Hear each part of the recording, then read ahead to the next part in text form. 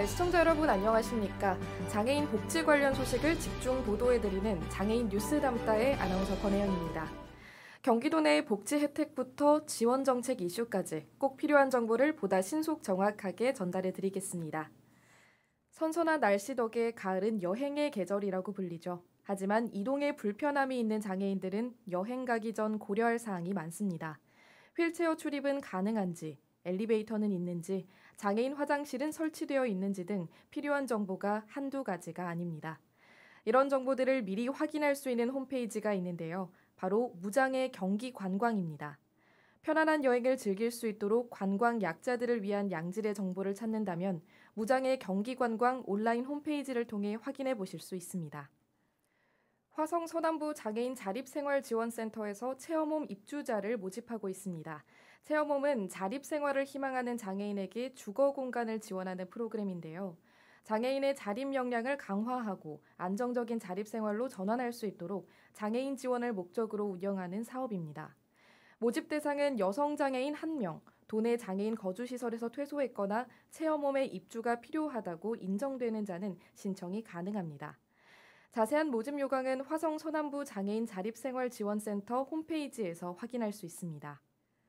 네, 이번 코너는 저희 뉴스담다에서 준비한 인터뷰 시간입니다. 뉴스담다가 처음으로 마련한 인터뷰 자리인 만큼 좀 특별한 분 모셔봤는데요. 성남시 장애인 권리증진센터의 김상우 팀장님입니다. 안녕하세요. 네, 안녕하세요. 네, 시청자 여러분께 간단하게 인사 부탁드리겠습니다.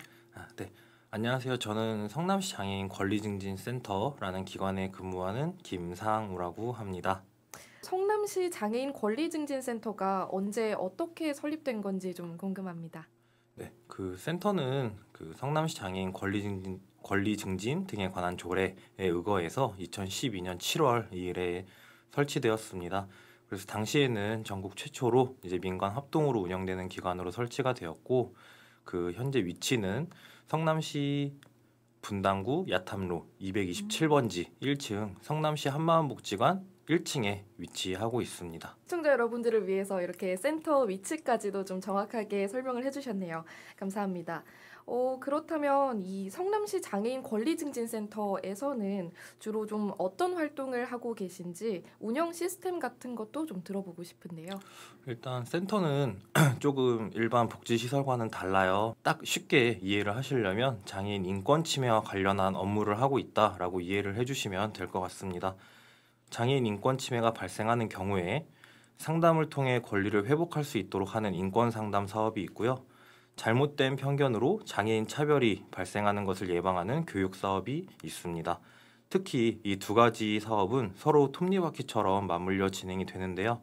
대표적으로 센터에 작년에 접수된 상담 중 가장 많았던 피해가 경제적 착취 사례였어요. 근데 그 안에서도 발달장애인 피해자가 가장 많았습니다.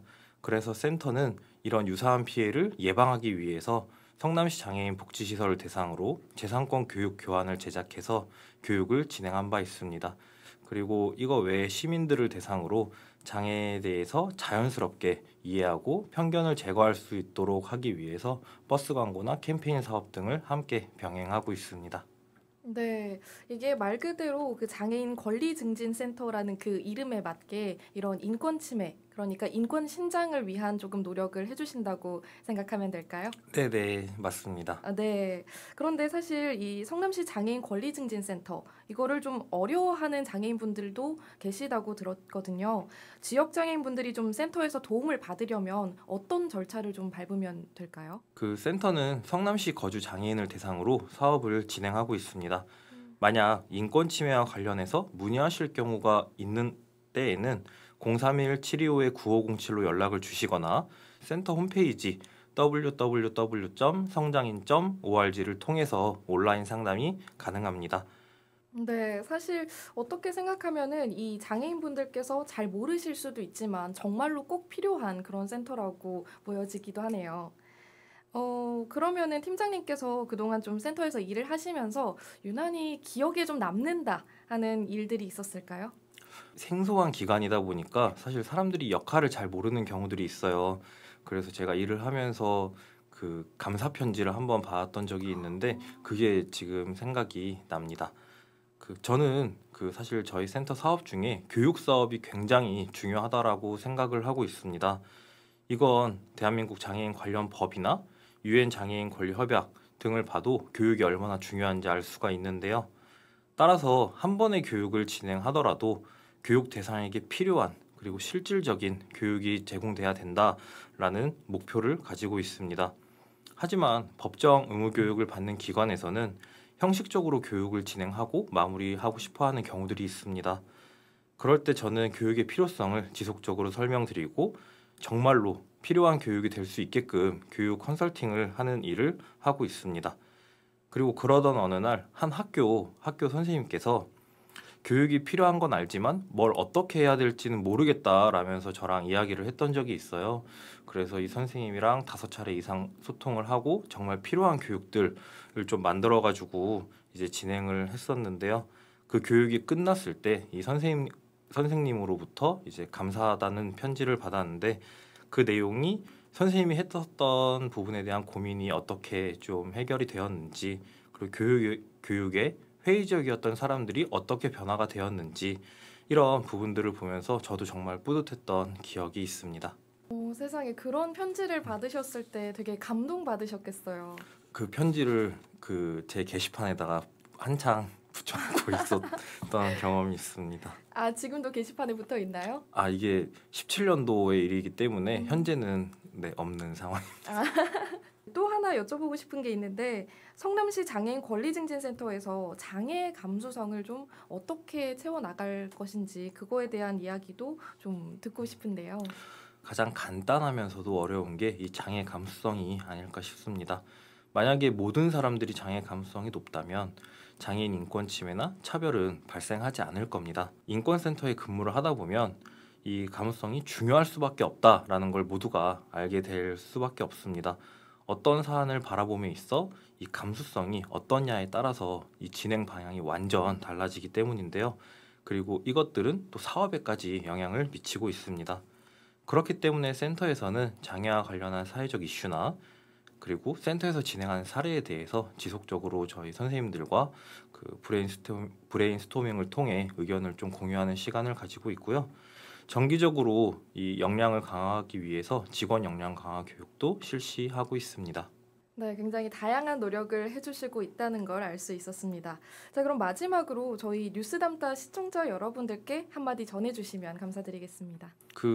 시청하시는 분들이 장애인 그리고 가족분들이 많이 시청한다는 얘기를 들었습니다.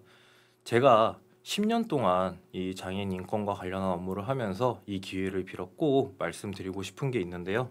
간혹 장애인 인권 침해로 상담을 진행하다 보면 스스로가 장애인이어서 다른 사람에게도 피해를 주는 것 같다. 다른 사람이 나를 도와줘서 고맙다. 나 같은 사람이 이런 혜택을 받아도 되느냐? 라는 스스로를 낮춰서 이야기를 하거나 당연한 권리를 누리는 데 있어 그 권리를 마치 누리면 안 되는 사람처럼 이야기하는 경우들이 있습니다. 여러분들, 사회는 달라지고 있습니다. 사람이기 때문에 누구나 존엄성이 있고 권리들이 있습니다. 여러분들이 먼저 그 권리에 당당해지시고 우리 사회의 변화를 함께 이끌어갔으면 좋겠습니다. 네, 잘 들었습니다. 지금까지 함께해 주신 성남시 장애인 권리증진센터의 김상우 팀장님께 감사의 인사드립니다. 고맙습니다. 네, 감사합니다. 네, 이어서 두 번째 인터뷰 바로 진행해 보도록 하겠습니다. 이번에는 시민들의 생활복지 향상과 공유경제에 기여하는 성남시 복지용구공유센터에 대해 알아보겠습니다. 센터에서 이승엽 팀장님 나와주셨습니다. 안녕하세요. 안녕하세요. 네, 반갑습니다. 네. 먼저 시청자 여러분께 간단한 인사말 부탁드리겠습니다. 네, 안녕하세요. 저는 성남시 장애인 종합복지관 복지연구 공유팀에 있는 팀장 이승엽이라고 합니다. 반갑습니다. 네, 반갑습니다. 우선 이 센터에 대해서 좀 들어보고 싶은데요. 언제 어떻게 설립되었는지, 어떤 취지로 운영되고 있는지 이런 시스템에 대해서 전반적으로 소개해 주시겠어요? 네, 저희 복지연구센터는 2021년 4월 현재 은행동 제9공영주차장 1층에 성남시 복지구 연구 공유센터로 개소하게 되었습니다.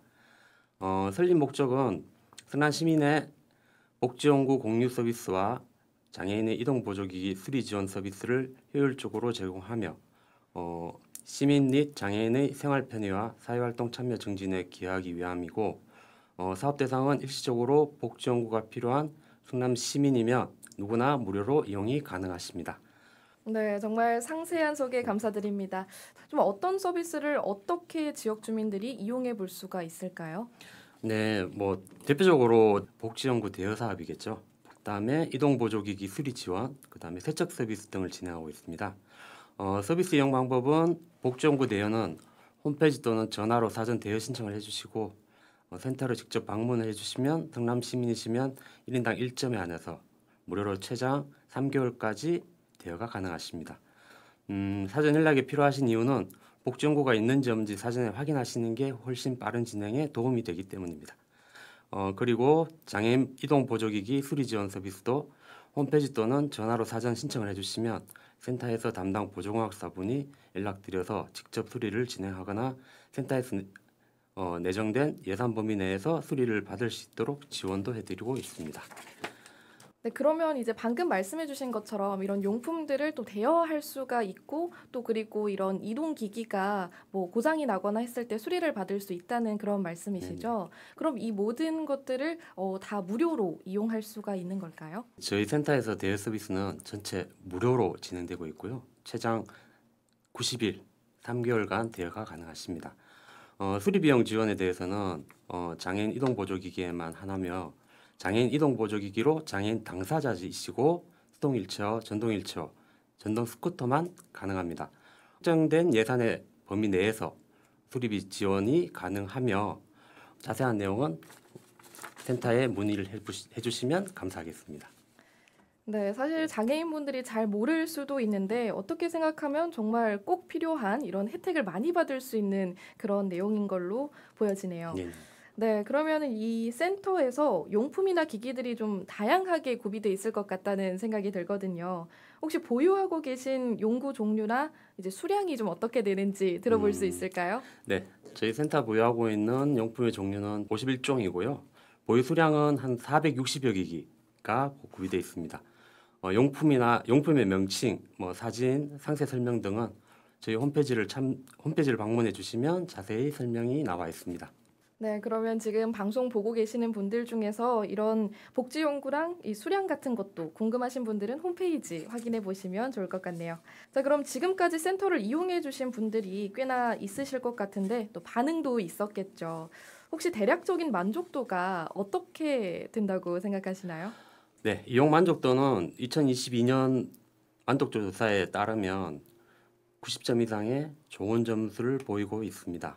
특히 일시적으로 사고나 질병에 의해 단기간 복지 연구가 필요하셨던 분들은 반납을 하시면서 항상 감사하시다는 말씀을 연신하셔서 센터 직원분들 항상 가슴 뿌듯하게 생각하고 있습니다. 네, 정말 중요한 일을 해주시고 계시네요. 이 용품들 중에서 가장 자주 이용되는 품목이 있다면 좀 순위를 뽑아주실 수 있을까요? 네, 인기라기보다는 많이 수요가 많은 쪽으로 말씀드린다면 장애인분들은 아무래도 이동 보조기기를 직접 가지고 계신 분들이 많아서 이런 분들은 주로 이용하는 내용이 수리 또는 여행을 위해서 저희들 센터를 찾아서 수동 휠체어, 전동 스쿠터, 전동 휠체어 순으로 나가고 있고요.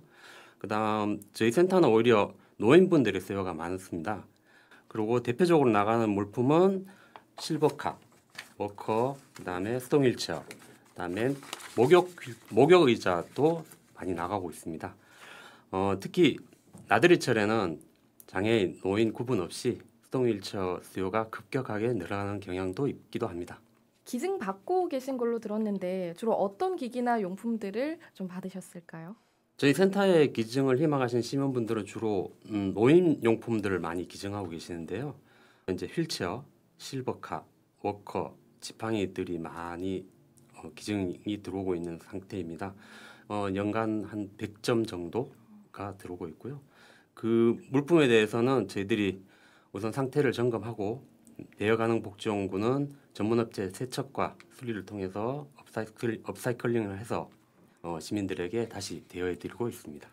네, 그러면 혹시 지금 방송 보고 계시는 분들 중에서 좀 기증을 희망하시는 분들도 있을 것 같은데 어떻게 연락을 취하면 될까요? 저희 센터에 전화를 주시거나 홈페이지에 게시글을 남겨주시면 저희들 쪽에서 다시 연락을 드려서 방문해서 직접 기증을 받기도 하고요.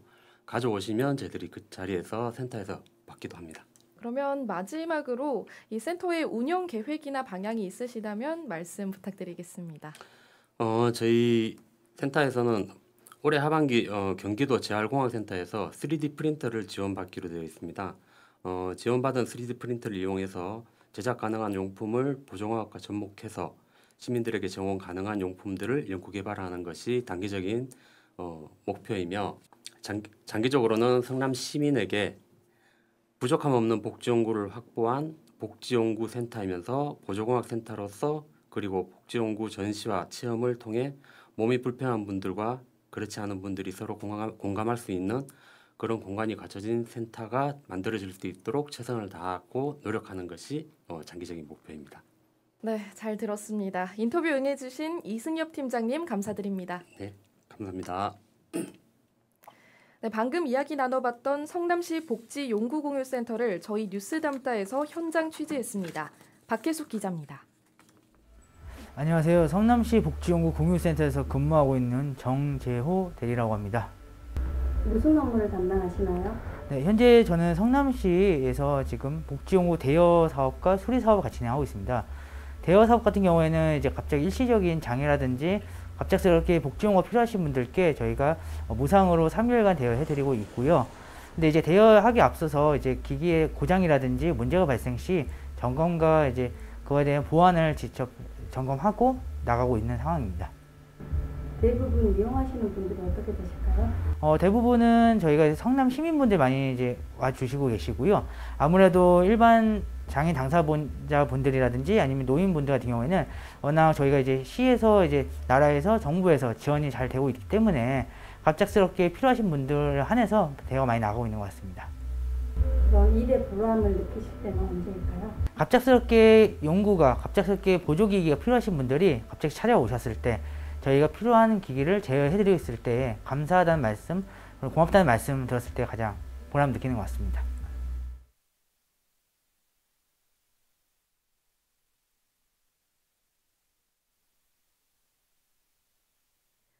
경기도가 오는 31일 수원 메세 전시장에서 경기도 스마트 산업 분야 장애인 취업 박람회를 개최합니다.